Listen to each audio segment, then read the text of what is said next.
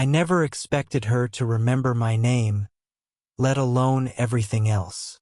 I was halfway through my third cup of black coffee, watching the foam settle on the rim, when she appeared at the counter. Not in a dramatic way, no sudden smile or flash of recognition. Just her, carrying a stack of papers, glasses perched low on her nose, hair tucked behind one ear. I realized I'd been staring a little too long when I caught her folding a napkin into a perfect rectangle and looking up, meeting my eyes. "You're early today," she said, almost in passing. I blinked. Yeah, early-ish." She nodded, reaching for the espresso machine lever with an absent-minded precision that made me pause. I noticed the small scar on her left hand, a faint mark I must have seen before but never truly registered. My throat felt tight, not because of anything she did, but because I wanted to say something, anything that wouldn't make me sound like an idiot. She knew my order without asking, the way she had last week. Double shot latte, 2 sugars, almond milk. I stirred it slowly, just enough to let the sugar dissolve, and watched her adjust the sleeve on her cardigan. There was a slight crease near the elbow. I wondered if she ever ironed her clothes the way she ironed those napkins. Carefully, almost ritualistically. The cafe smelled like rain and old paper that day. It was quiet, except for the low hum of the grinder and a few scattered conversations. I liked this hour. No one knew I liked to linger, to let my hands hover over the cup as if the warmth could anchor me to something less empty. She leaned on the counter slightly. "Did you finish that project you mentioned?" I froze for a moment, remembering the half-written report sitting on my desk at the apartment. I hadn't opened it in 3 nights. Not yet. Just trying to figure it out. My words sounded smaller than I intended. "Figures," she said softly, almost to herself, then added, "Take your time. You always think too much. But you'll get there." Her gaze flicked to my hands. Caught it. I folded them over the cup, felt the warmth seep through my sleeves. My stomach nodded. Was it curiosity? Concern? Something else I didn't know how to name yet? I laughed nervously, a short, awkward sound. "Thanks, I guess." She smiled, barely. It wasn't playful. It wasn't flirty. It was something that felt heavier, like an acknowledgement of the parts of me I hid even from myself. I looked down at the counter, pretending to examine a tiny chip in the wood, while she rearranged her papers. Minutes passed like that. Silence thick, but not uncomfortable. Comfortable enough that it made me ache in a way I didn't expect. I noticed the slight twitch in her fingers as she picked up a pen, the subtle tilt of her head toward the window where rain started to streak the glass. I wanted to say something, anything, that would keep her there, keep me from leaving the small, echoing apartment I just returned to. "Guess I should go," she said finally, gathering her papers. I nodded. "Yeah, I'll see you around." She paused at the door, glanced back, and for a brief second, it felt like she considered something, then smiled just enough to make me think she'd known exactly what I was feeling without me saying a word. I turned back to my cup, cold now, and checked my phone. One new message, from an unknown number. Just a line. "Can we talk tonight? I need to explain something before it's too late." I stared at it. The words didn't make sense yet, but my chest tightened anyway. Something had already shifted, though I didn't know how or why. And somehow I knew nothing would feel ordinary again. I found her in the hallway of the building a few evenings later, balancing a stack of rent envelopes and a tiny, crooked umbrella. The rain had left wet patches on the floor, and I instinctively stepped forward to help her. "Thanks," she said, her voice light but edged with something I couldn't name. I always managed to carry too much at once. I took half the envelopes. My hands brushed hers for a second, just long enough to notice the faint scent of lavender soap lingering on her skin. I pulled back immediately, embarrassed, but she didn't comment. She didn't need to. Somehow, the silence itself carried acknowledgement. "Do you ever think about moving somewhere else?" she asked quietly as we walked down the hall. I frowned. "Why? You mean you?" She shrugged, small, almost invisible motion. "Sometimes. I've lived here for so long. It's comfortable, but comfortable can feel like a trap too." I nodded, pretending I understood, though a tiny pang of guilt hit me. She had a life, a past I couldn't touch, and yet I couldn't stop imagining being part of it, even in the smallest, most mundane ways. We stopped by the mailboxes. I handed her the last envelope. Our fingers brushed again. She looked at me, really looked, and I felt my heart speed up without a sound. "You know," she said, folding a letter in half, "my ex used to leave notes for me. Silly little reminders, birthdays, grocery lists, nonsense." Her lips curved slightly. "He thought it was romantic." I shifted on my feet. "Sounds thoughtful." "It was," she admitted almost wistfully. "Until it wasn't.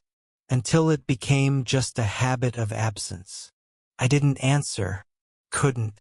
The words hung between us like smoke. I thought about my own loneliness, my unsent texts, my evenings spent staring at a half-read book or scrolling aimlessly through my phone. And here she was, sharing a fragment of something intimate, exposing a crack in the quiet wall she kept around herself. We lingered there, just standing, listening to the faint patter of rain against the windows. I imagined all sorts of things, harmless, impossible scenarios that maybe, somehow, she might look at me the way she once looked at someone else. And the thought made me ache, a sharp, quiet ache that I couldn't name aloud. She glanced at her watch, then back at me, a faint twitch at the corner of her mouth. "I should get these back to my office before the building closes." I nodded. "Right? Of course." She gave a small laugh, the kind that felt like it belonged only to private spaces. And then she did something small, almost negligible, but it carried a weight I couldn't shake. She rested her hand lightly on my shoulder as she passed. A fleeting contact, barely there, yet my chest tightened. I didn't move, didn't speak. She didn't linger, didn't look back. But the moment hummed in the air long after she'd gone. I replayed it on my walk back to my apartment, over and over. Not the touch itself, but the quiet permission in it, the sense that maybe, just maybe, someone had noticed me in a way that mattered. I don't know why that moment stayed with me. Maybe because it felt like someone finally saw me. I was in the lobby early, flipping through a magazine I didn't care about, when she appeared with her usual calm pace, umbrella dripping a little on the floor. "Morning," I said, trying for casual. My voice felt too loud in the quiet space. She smiled faintly, tucking her hair behind her ear. "Morning." I noticed her glance at the staircase before she followed it to the mailroom. Something about the tilt of her head, the slow way she moved, made me want to follow, but I stopped myself. Part of me wanted to see her without rushing it, to study the little gestures that always seemed meaningful, the tap of her pen, the flick of her wrist. She turned then, caught my eyes. "You're unusually quiet today." I shrugged, fingers tracing the edge of the magazine. "Just thinking, I guess." Her lips twitched. "About?" I didn't answer. I felt my face warm, like I'd been caught looking at her in some small, wrong way. My thoughts stuttered. Don't say anything. Don't make it awkward. Don't. We lingered near the mailboxes. I noticed a faint hesitation in her movements, a pause before she slid a letter back into the slot, then another pause before she looked at me. Something unsaid hung there. I need to check on a tenant, she said finally, almost too quickly. Something about the heating. I nodded. Sure. My throat felt tight. I wanted to ask her to stay, to stop moving, to just whatever it was we were doing, but the words wouldn't come. And then it happened. The elevator opened, and someone else walked in. Tenant, cheerful, oblivious. She straightened instantly, tucking a loose strand of hair behind her ear, her calm mask back in place. I stepped aside, pretending to read a notice on the bulletin board, feeling the sudden ache of interrupted proximity. When the elevator dinged closed, she exhaled softly, like a sound meant only for me. I met her eyes. They lingered, longer than necessary. My hand twitched at my side. I wanted to reach out. She wanted something I wasn't sure I could take. She leaned slightly closer to retrieve a stray envelope. Her shoulder brushed mine. Warm, electric. I caught my breath, afraid if I looked at her, if I moved even a millimeter, the fragile balance might snap. Careful, she murmured, almost a whisper, not entirely about the papers. I blinked. Yeah, careful. My heart hammered in silence.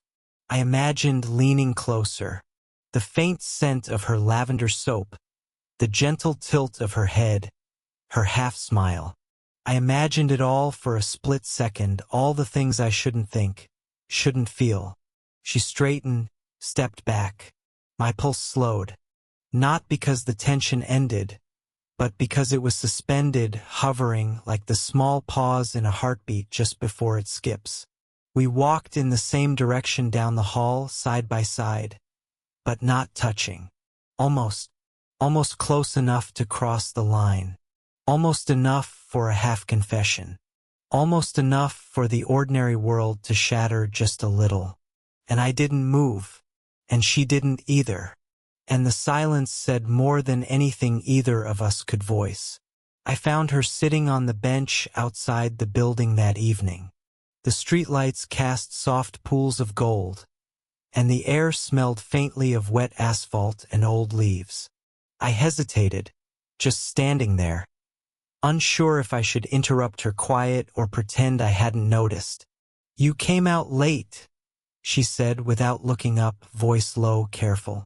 I couldn't focus inside, I mumbled, hands shoved deep in my pockets. The words sounded weak even to me. She shifted, one leg crossed over the other, and let out a tiny sigh.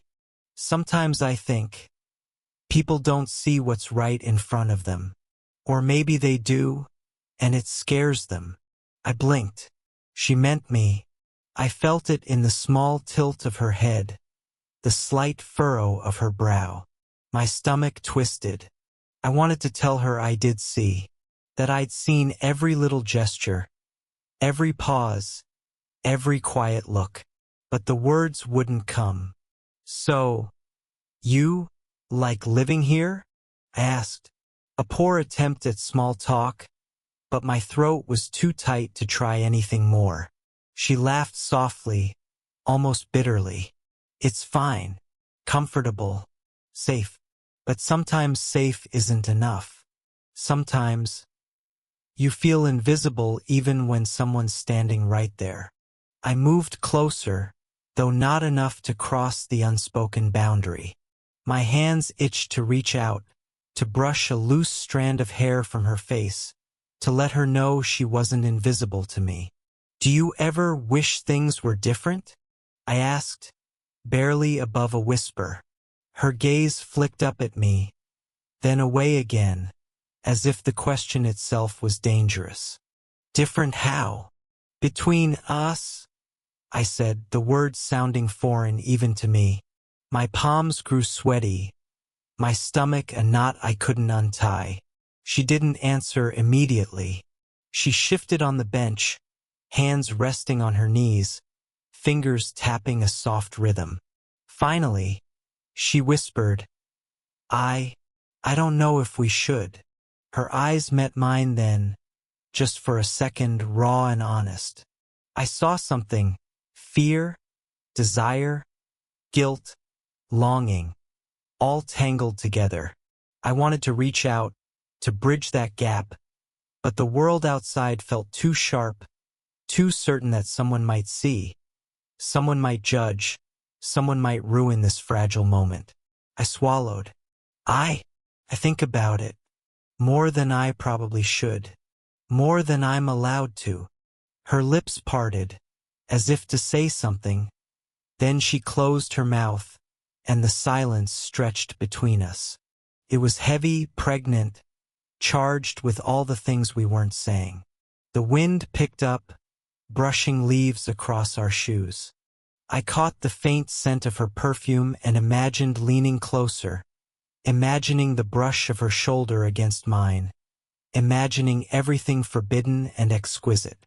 She looked down, then back at me, a small, almost imperceptible tremble in her hand.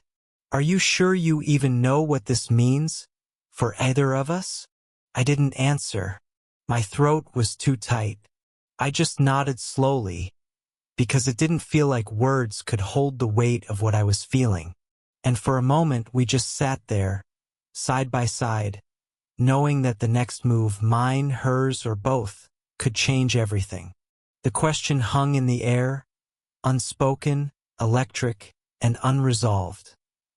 The next morning, I found the apartment lobby empty. Normally, she would be at the desk, sorting papers or folding napkins into precise rectangles. But the chair was vacant, her side of the hall quiet in a way that made me notice every echo. I waited. 10 minutes. 20. I told myself she was just busy. But the unease had already settled into my chest. A soft, unfamiliar weight. Later that afternoon, I passed by the building again.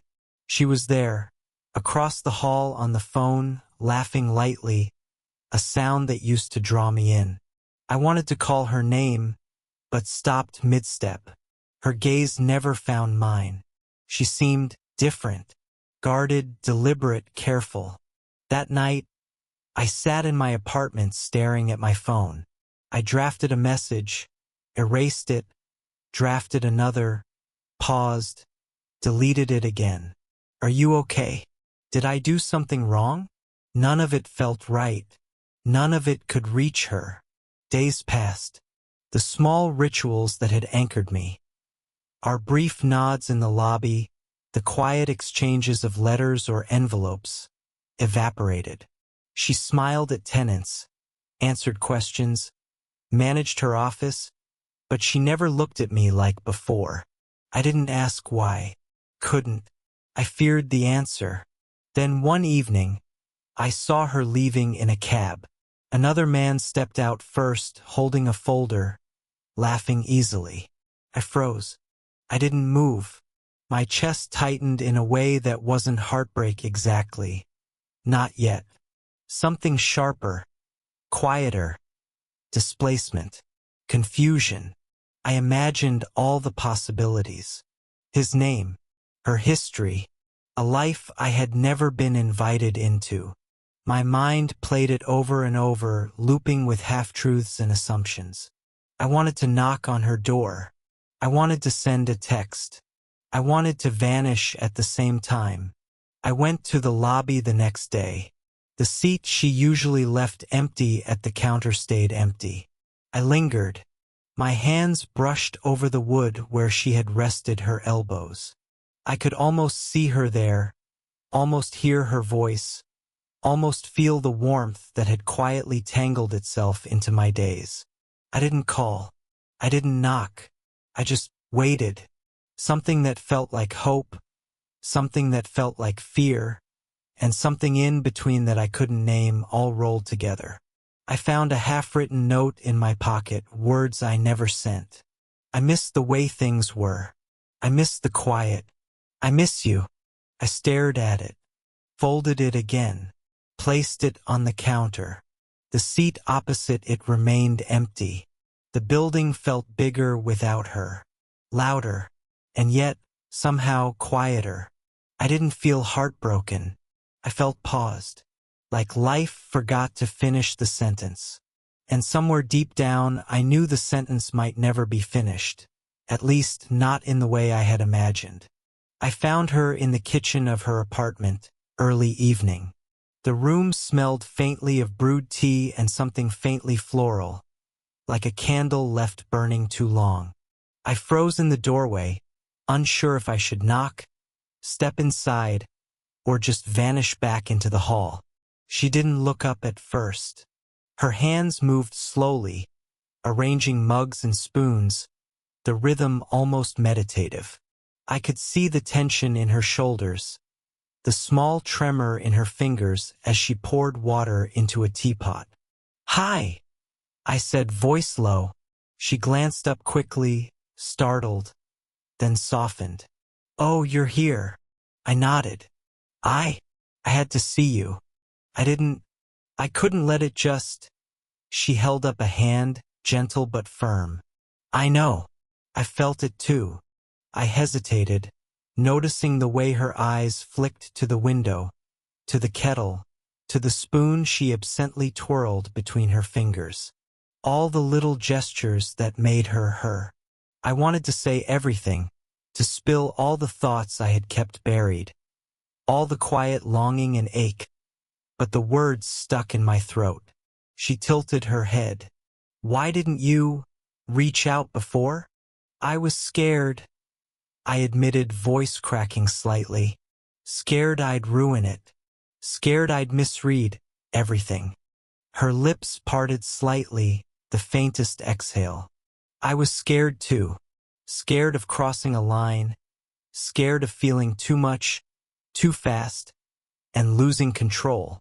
We stood there, side by side, in silence, the air thick with all the unsaid things. I noticed the small crease in her cardigan near the elbow, the subtle tilt of her mug in her hand, the way the steam curled toward the ceiling. "I don't know if this is a good idea," I said finally, "but I do know that if I walk away now, I'll regret it." Her hand hovered near mine, almost touching, and I felt my heart speed up, small pulses in my chest. She didn't pull back. She didn't close the distance completely. She just let the pause exist. Let the moment be what it was.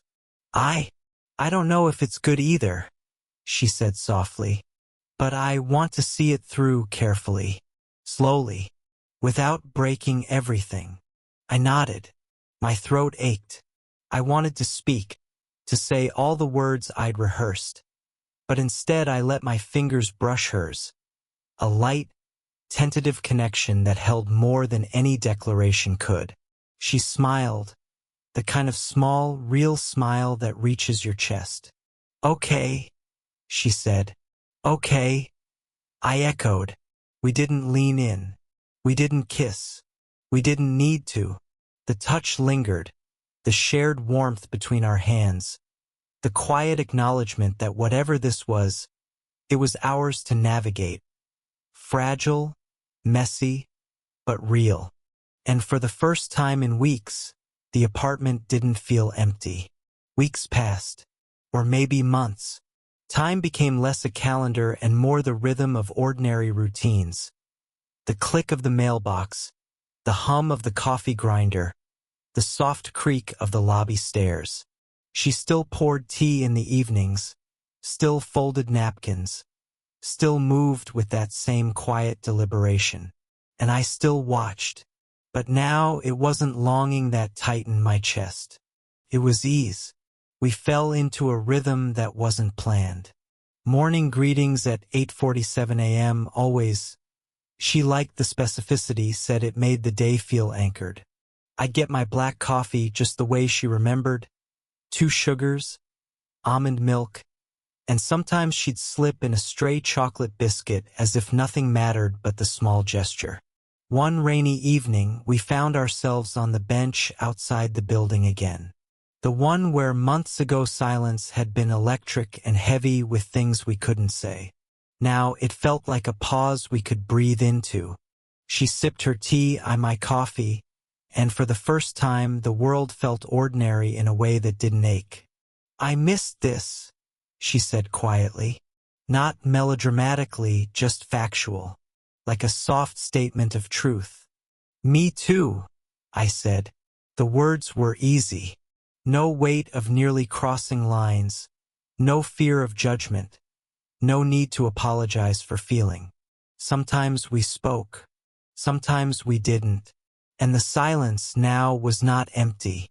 It was comfortable, like shared spaces in a home you've built slowly, over years, even if the years were only weeks. She still had scars in her hands, and I still noticed them. I still caught the faint scent of lavender when she passed by. I still imagined all the small ways she noticed me. The twitch of her finger, the flicker of her eyes toward my hands, the slight pause in her steps when she almost laughed. But now, they were pieces of a life we inhabited together, quietly, honestly, without pretending or performing. One morning, as I poured my coffee, she leaned against the counter beside me. Her hand brushed mine. We didn't speak. We didn't need to. And I realized then that the ache of the past, the twists and pauses, had softened. It wasn't perfect. Life never is. But it was ours. And that was enough. Later, she handed me a folded napkin, a biscuit tucked inside. I smiled. She smiled back. A gesture so small it could be missed by anyone else. But to us it carried the weight of all the quiet moments we'd shared. The hesitations, the confessions, the near misses. I didn't say anything. I didn't have to.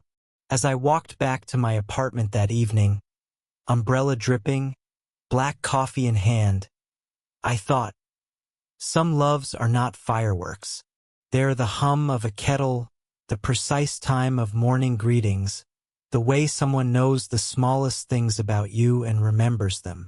And that's enough, because she sees me, and I see her, and in that, every little pause, almost every silence has been worth it. Did this story stay with you? What kind of quiet, real love stories do you want to hear next?